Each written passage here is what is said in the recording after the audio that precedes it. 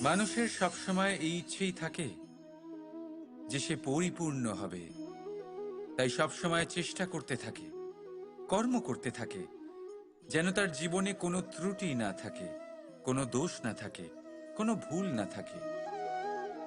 কিন্তু যখন মানুষ এটা করতে থাকে, নিজের সম্পূর্ণ মনোযোগ তাতেই কেন্দ্রীভূত করে, তখন তার বিকাশ আস্তে আস্তে থেমে যেতে থাকে। কিভাবে? আপনি বলবেন এতে ভুল কি আছে, এ তো বেশ ভালোই মনে হচ্ছে। দেখুন, এই ত্রুটি, এই ভুল, এই দোষ আপনি যাই করে নিন আপনার জীবনে থাকবেই থাকবে। এবার আমার কথা শুনুন, এইগুলোই পরবর্তীকালে আপনাকে জীবনে শুধরোতে বাধ্য করবে। এক নির্দিষ্ট মাপকাঠি নিয়ে জীবনে এগোনো ঠিক মনে হতেই পারে, কিন্তু তা শুধুমাত্র যন্ত্রের জন্ম দেয়, না মানবিকতাকে, না মানুষকে। তাই মনে রাখবেন, যদি আপনি নিজের জীবনের দরজা প্রত্যেক ভুলের জন্য, প্রত্যেক দোষের জন্য বন্ধ রাখেন, তাহলে জেনে রাখবেন সমস্ত সত্য সেই বাইরেই থেকে যাবে। এই ভুল, এই দোষ, এই ত্রুটি হলো সেই, যা আপনাকে জীবনের বিষয়ে, প্রয়াসের বিষয়ে, কর্মের সত্যির বিষয়ে জানতে সাহায্য করবে। এই ত্রুটিগুলিকে আপন করতে শিখুন, আর আমার সাথে ভালোবেসে বলুন, রাধা রাধা। ছল, কপট, এই শব্দগুলির সাথে সংসারের কোন ব্যক্তি পরিচিত নন? সবাই জানেন এই শব্দগুলি কি আর এর অর্থ কি। সবাই জানেন বিশ্বাসঘাতকতা কি, সবাই অনুভব করেছেন। কিন্তু আপনি কি কখনো এটা ভেবেছেন এরকম কেন হয়? এর কারণ কি? এর কারণ হলো আশা। যদি আপনি কোনো গুহায় যান আর আপনি আশা করেন যে সেখানে অন্ধকার হবে না, তাহলে তো আপনি আঘাত পাবেন। যদি আপনি সাগরে যান আর এটা আশা করেন যে আমি ভিজব না, তাহলে তাতে সাগরের তো কোনো দোষই নেই। এখানে দোষ হলো আপনার আশা। একটা গুরুত্বপূর্ণ কথা মনে রাখবেন, মানুষ মানুষের সাথে ছলনা করে না, মানুষের সাথে ছলনা করে তার আশাগুলি, যা তিনি অনুচিত ব্যক্তির থেকে করেন। সেই জন্য জীবনে কখনো কোনো আশা করার পূর্বে অবলম্বনের মূল অর্থ বুঝুন।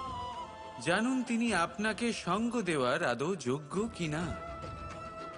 না ভাঙবে আশা, না ভাঙবে বিশ্বাস। রাধা রাধা। আমরা জীবনে বাঁচার জন্য কিছু না কিছু করতে থাকি।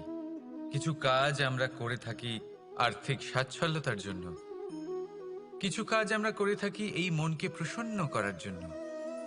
কিন্তু আমাদের মধ্যে বেশিরভাগ মানুষ এই ভেবে ভেবে চিন্তার মধ্যে থাকেন যে কোনো কাজ আমরা যা ভেবেছি সেটা সেভাবে ঠিক হলো না, বা এই কাজ সম্পূর্ণ হলো না, বা কাজের পরিমাণ দেখে দুশ্চিন্তা করতে থাকেন। এবার এই যে দুশ্চিন্তা, এটা দুঃখকে আহ্বান করে, আর দুঃখ প্রতি মুহূর্তে আমাদের মেরে ফেলে। তাহলে ভাবুন, এ কি সত্যি? কাজের পরিমাণ কি আমাদের সত্যি সত্যি মেরে ফেলতে থাকে? কখনোই নয়। বুঝুন একটা গুরুত্বপূর্ণ কথা, আজ পর্যন্ত এই সংসারে যত মহাপুরুষ এসছেন, ওনাদের কাছেও ততটাই সময় ছিল যতটা আজ আপনার কাছে আছে, তত ঘন্টাই ছিল, তত মুহূর্তই ছিল। পার্থক্য শুধু এটাই, ওনারা চিন্তা করে সময় নষ্ট করেননি, তারা পরিকল্পনা করেছেন, তাকে কার্যকর করেছেন, আর জীবনে মহান থেকে মহানতর কাজ করেছেন, যার জন্য আজও আমরা ওই মহাপুরুষদের স্মরণ করে থাকি। একটা গুরুত্বপূর্ণ কথা মনে রাখবেন, কাজের পরিমাণ কখনো আমাদের মেরে ফেলে না, কাজের দুশ্চিন্তা আমাদের মেরে ফেলে। তাই এই চিন্তাকে কোথাও ত্যাগ করুন আর নিরন্তর চেষ্টা করতে থাকুন, পরিকল্পনা করতে থাকুন এবং জীবনে সামনে এগোতে থাকুন। আনন্দই আনন্দ পাবেন। তাহলে একটু আনন্দ বের করে আমার সাথে বলুন, রাধা রাধা। ক্ষমা, দুই অক্ষরের এই শব্দ বলতে, শুনতে, লিখতে গেলে কত সোজা মনে হয়, কিন্তু একে কার্যকরী করা ততটাই কঠিন। সত্যি কথা বলতে কি, এটা শক্তিশালীদের কাজ, দুর্বলের নয়।